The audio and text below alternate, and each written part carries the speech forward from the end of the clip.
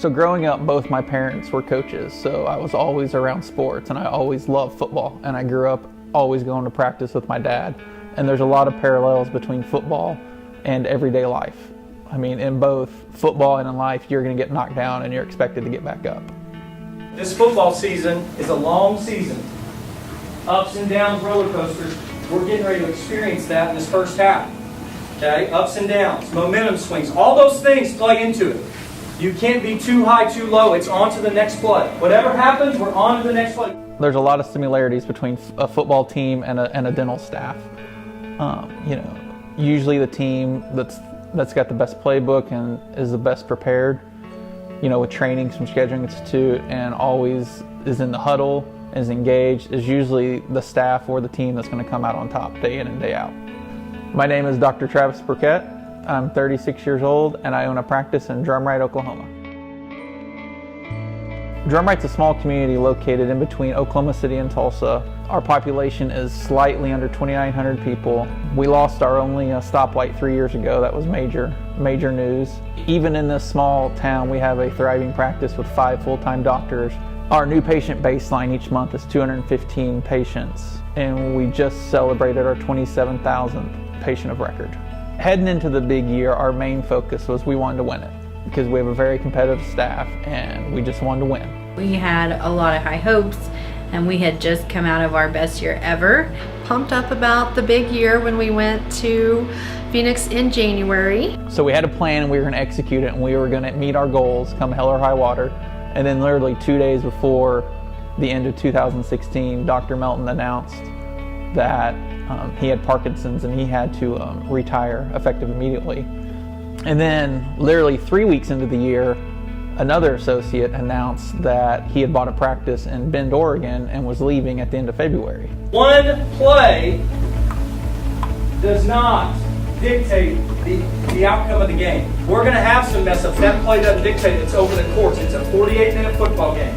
Right from the get-go, in the first quarter of the year, we're down 2 providers and we are scrambling. It was kind of a little bit frantic there for a minute, wondering what we were going to do. The leadership team, with the help of Ashley from Scheduling Institute, they did an amazing job.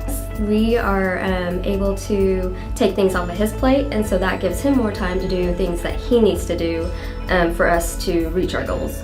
Kara, our head hygienist, immediately started getting on the phone and started finding fill-in hygienists to cover the chairs until we could get actual doctors. Our head assistant, they started interviewing doctors immediately, and literally by the end of the first quarter, we had 2 new doctors hired.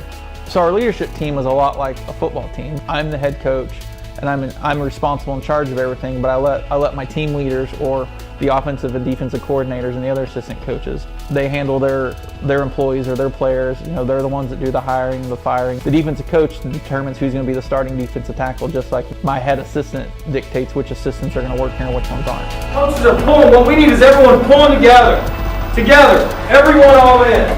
Both hands on the rope, everybody. Once the second quarter of the year started, we,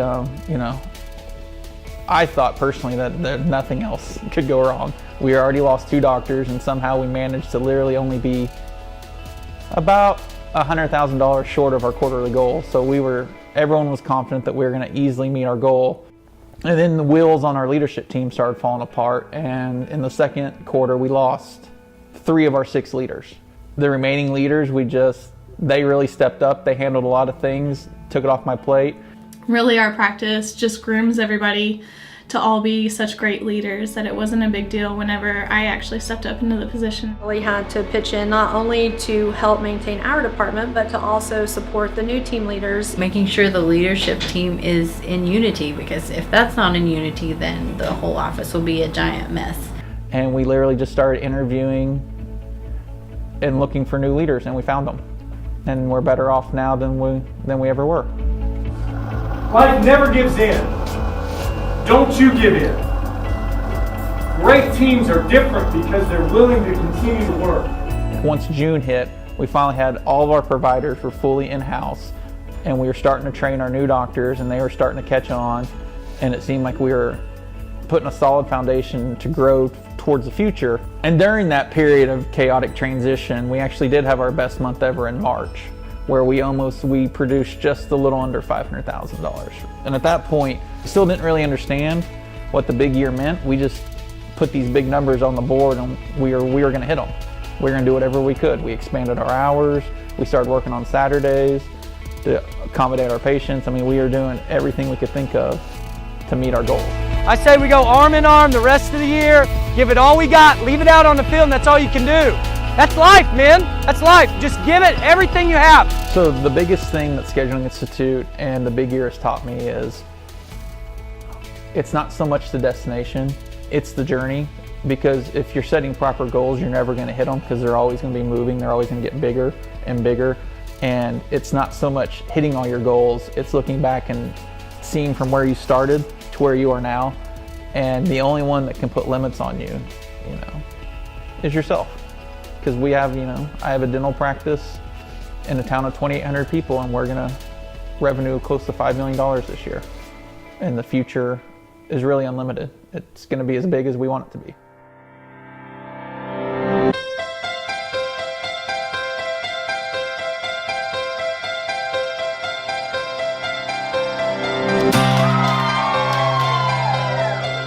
A lot of things that we've learned at the Scheduling Institute with the impact diagram and everything, we already did. We just didn't really fully understand that we were doing it or why we were doing it. But now, with the help of everyone and with the 5X program, they've given us a playbook, direction, and intentions. It's like night and day now in the office.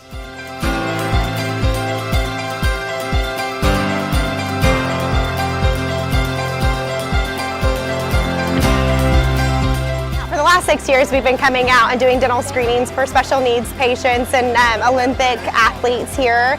We have a ton of fun. We absolutely love it. We provide mouth guards and fluoride treatments, and it's just super, super rewarding in many ways. It's a fun day to interact with the athletes and do screenings on them and let them know if there's any areas of concern and make sure they have a good dental home, and if not, to lead them to us so that we can take care of them.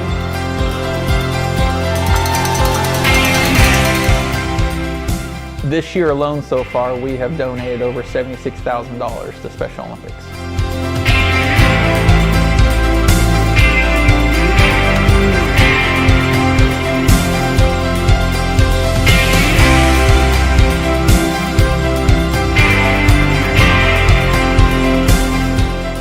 We did over $200,000 in free dentistry, and 51 of those people walked out of here with either brand new partials or dentures at no cost to them. That's about 3 degrees on the far side of amazing.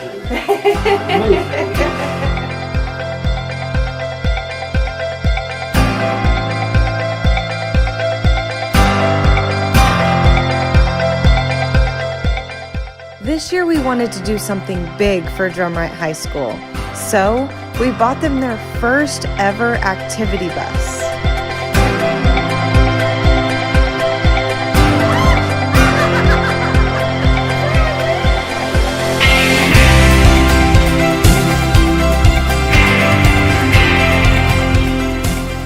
Before it was we want to get bigger just because that's what we want to do. Now it's we want to get bigger because we want to help Special Olympics. We want to get everyone out of debt. We want to have all these goals and aspirations that I never even thought, never crossed my mind when I was a student in dental school, that now are just like, they're going to happen. It's just not a matter of if, but when. And that's directly because of people like Jay and Ashley at Scheduling Institute. This will lay a great foundation for moving into 2018 because we've got a great game plan. We've got a great group of team members that are just eager to do whatever it takes to achieve our goals. Even though we didn't hit our goals this year, we have continued to improve and grow in ways that other people never thought that we could in such a small town. The main things that I've learned this year is that it doesn't matter how high your goals are set. If you set them high enough, even if you don't reach your goals, you're going to do way better than you ever thought possible. I think we've all realized, especially myself, that it's not so much about hitting your goals and winning the big year. It's about creating a launching pad for the future. And so to me, the big year is not just about 1 year. It's about what's the next 10 to 15 years of Drumright Dental Center going to look like because of what we're doing right now.